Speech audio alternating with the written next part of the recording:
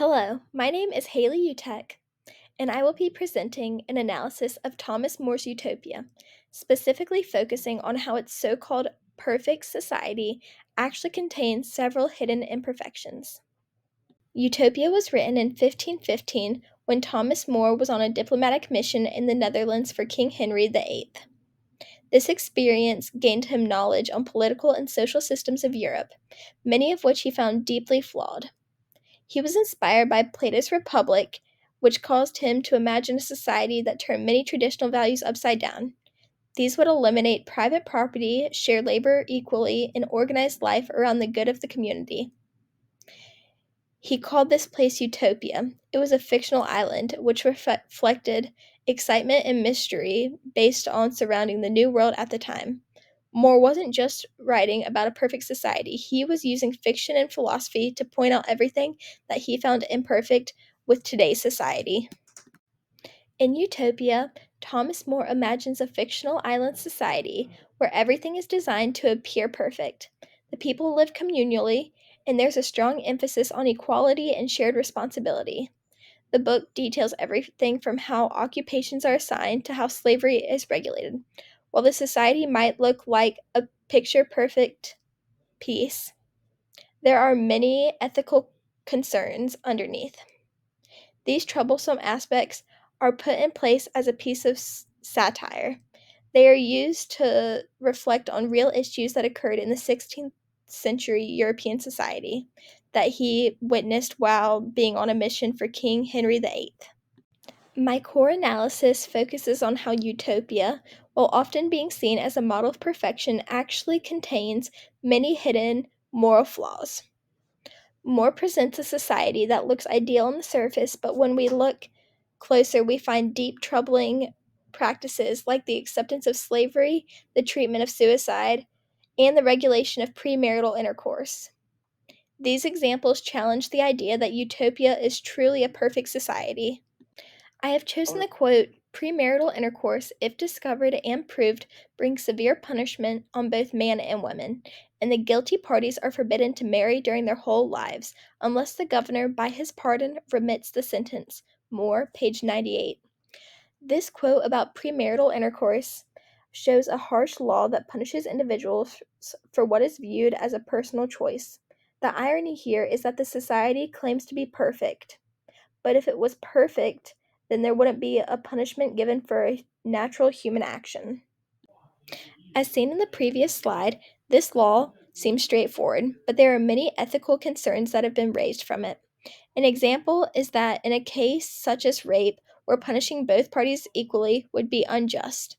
Another issue is that the governor has the power to pardon the sentence. The kind of authority that allows that to happen can easily allow abuse of power and favoritism. But the suicide who takes his own life without the approval of priest and senate, they consider unworthy either of earth or fire, and throw his body unburied and disgraced into a bog. The quote that I just stated reveals the harshness of Utopia's laws.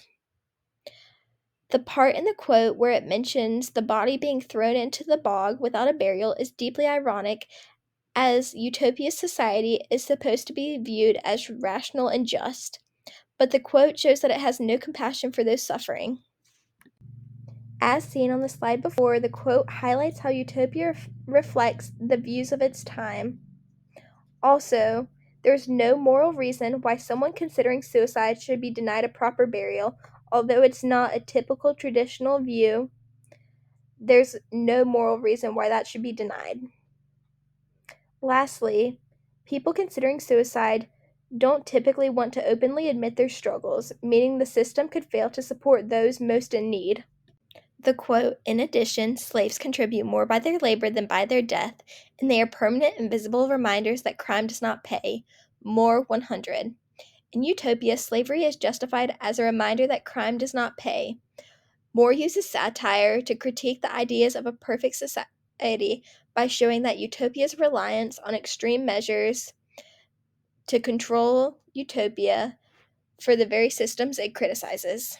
As seen on the slide before, the quote shows that slavery as a punishment is deeply immoral and should never be used, even for serious crimes.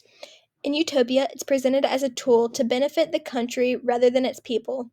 This raises an ethical dilemma. The society is more concerned about the economic standings rather than the humanity part. While the idea of crime being punished is universal, slavery isn't the only or the most moral option. Another form of punishment that historically has been used is the death penalty to address crime. In both stories, society is being critiqued. This is seen through the quotes, "Thus wife was the carpenter's wife, for all his keeping and his jealousy," Chaucer 5:10. And now I have described to you as accurately as I could the structure of that commonwealth which I consider not only the best, but indeed the only one that can rightfully claim the name. Both of these quotes come from the works that challenge the idea of perfection. In More's work, he uses satire to indirectly critique European society, while Chaucer's tales show hypocrisy of individuals within society. Both The Miller's Tale and Utopia uses satire to address moral issues, but they approach the issues in different ways. Chaucer in The Miller's Tale humorously critiques humans by exposing the absurdities of the individual's actions, while in More's Utopia, he uses satire to critique society at large, particularly in the system and laws that, while meant to create a perfect world, fail to account for human complexity and morality. Both stories highlight the failure of humans to achieve a perfect world. While Chaucer's focus is on individual flaws, More's criticism is aimed at a societal system. In conclusion, Utopia is often seen as a model of perfection, but as I've shown throughout this presentation, Thomas More presents a society that has many moral flaws beneath the surface. These flaws are frequently overlooked, such as those surrounding premarital intercourse, suicide, and slavery. Throughout the story, Moore uses irony and satire to highlight these imperfections, exposing the complexities within the utopian society. The laws surrounding these issues may seem to offer a perfect solution, but when you look under, you see that there are many moral dilemmas raised. While creating my literary analysis, my goal was to explore how Utopia presents imperfections disguised as perfection. I focused on the laws surrounding premarital intercourse, suicide, and slavery as my key examples that reflect the flaws within utopian society. By looking into these issues, I came to interpret More's use of the imperfections as a form of satire, intended to critique the flaws in the society of his time. In doing so, I was able to uncover how More's Utopia isn't just a vision of an ideal world, but a commentary on the moral and social issues of his own time. As we've seen in Utopia, Thomas More presents several moral issues in a way that challenges us to think critically about their context. I am challenging you to answer my discussion prompt of, do you find that any of the typically immoral things can be considered moral in the context they present you with in More's Utopia? For example, could slavery be considered moral if only being used for punishment purposes? More tried to create a perfect society. Do you agree that Thomas More created a perfect society? If so, what aspects of More's Utopia do you feel made it perfect, especially in comparison to our current society? And this is my works cited page.